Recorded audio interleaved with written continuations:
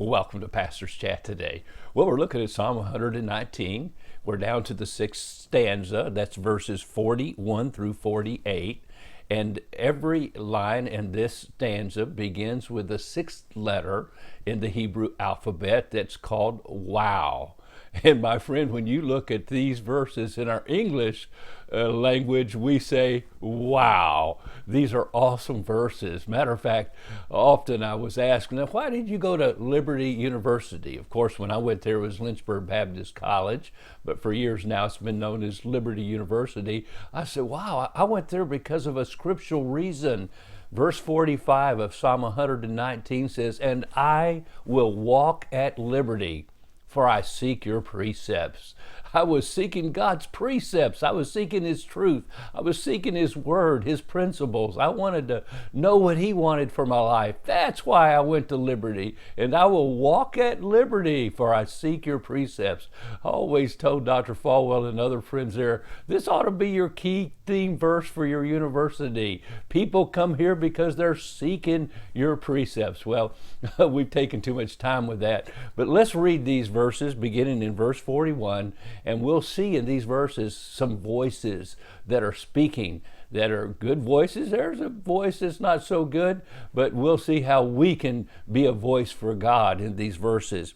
Let your mercies come also to me, O Lord, your salvation according to your word. So shall I have an answer for him who reproaches me, for I trust in your word.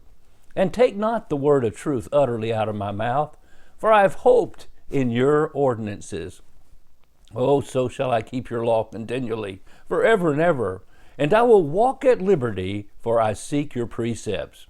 I will speak of your testimonies also before kings, and will not be ashamed. And I will delight myself in your commandments, which I love.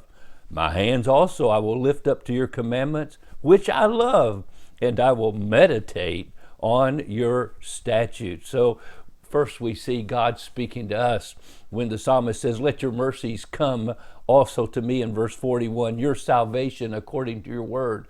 God speaks to us in love. He speaks to us in grace. He speaks to us in mercy. And the psalmist is praying, God, I need to hear the voice of your salvation. I need to know that only you can save me through your Son, Jesus Christ. Let your mercies come. My friend, we don't deserve his mercies or his grace, but he is willing to give it to us when we open our ear to hear his voice through the word of God. His mercies come to us and we hear the voice of salvation. Yes, we can be saved from our sins. And then we also, though, hear the voice of our enemies.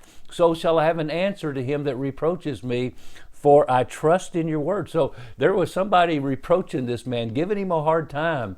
And so even in the midst of his enemy speaking, he says, I trust in your word and I'm going to have an answer. You know, when God speaks to us, we have a word to answer to those who are against us, those who malign us, or those who mock us as believers, followers of Jesus Christ. And then we hear also God speaking to God's people that speak to the Lord in verse 43, and take not the word of truth utterly out of my mouth, for I've hoped in your ordinances. And God's truth to be in our mouth must first be in our heart.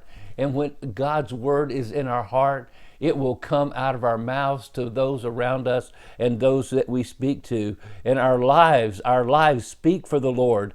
I will keep your law continually forever and ever. I will walk at liberty. We will walk in a broad place, one version puts it. We will know that we have God walking with us. He makes me to lie down in green pastures. I walk in the paths of righteousness for his name's sake, we're told in Psalm 26. And then we'll speak before kings. We will give a witness. It doesn't matter who it is, the important, the powerful, the influential people around us. We will not be ashamed to speak to them about the testimonies of the Lord. The testimonies of the Lord are God keeping his promises that he has made in his word, and we testify that our God keeps his promises, all of them that we find in his word. And then we also see God's great compassion for us in the last verse there. My hands I lift up to your commandments, which I love.